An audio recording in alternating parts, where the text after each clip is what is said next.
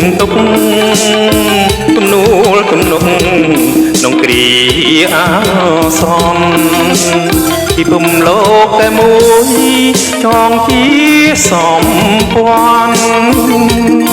មហាមិត្តចិនតែងផ្ដល់ឲ្យជំនួយតែងផ្ដល់ជំនួយក្រុមកិច្ចសហគមន៍ទេបាត់តាវិនិយោគទីផ្សារសេដ្ឋកិច្ចរុញជួយកម្ពុជាចិនរិនចំណងតែមួយ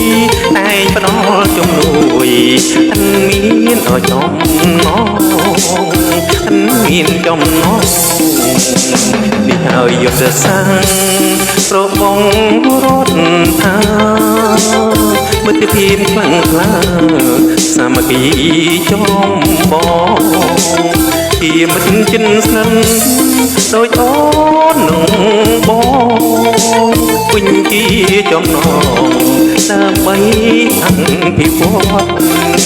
ដើម្បីអភិវឌ្ឍកម្ពុជាឈរលើគោលការណ៍ត្រង់ទំនួលទំនុកឆាន់ទាំងអមតចត់ចាំងគង់វិស័យគោលដៅកំណត់សង្ការប្រតិបត្តិមិត្តភាពក៏ដែកខាងមិត្តភាពដែកខាង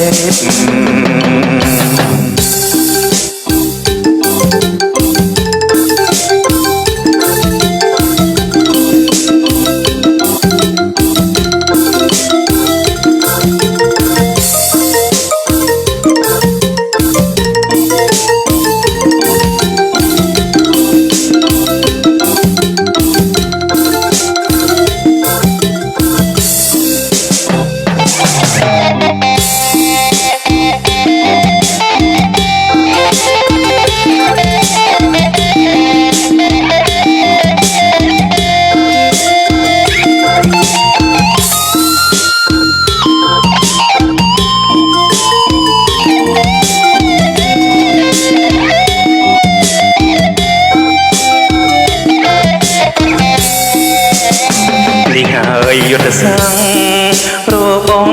រដ្ឋាមិត្តភាពខ្លាំងក្លា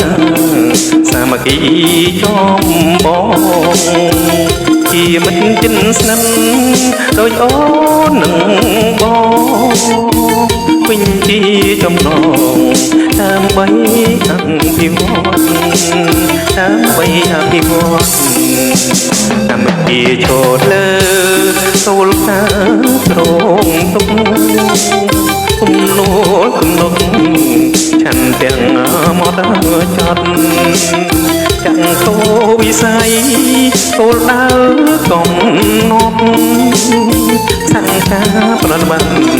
មិត្តភាពក៏ដែកខាងមិត្តភាពដែកខាង